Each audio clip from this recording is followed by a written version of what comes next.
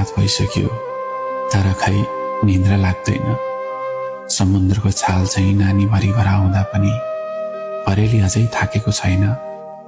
सम्हाल्न खोज्छु, बुझ्ने प्रयास गर्छु, तर मन न हो, केही कुरा सुन्न मान्दैन। किन यो मन यतिको विघ्न हतालिन्छ? भित्रदेखि निसासे चाहिँ हुन्छ। भोगाएर सोचाएको भिन्न भिन्न तथ्यहरू छन् जसले अहिलेसम्म अघि बढ्न दिइरहेको छैन। आधा रात भइसक्यो तर खै निन्द्रा लाग्दैन। समुद्रको छाल चाहिँ नानीभरि भराउँदा पनि परेली अझै थाकेको छैन।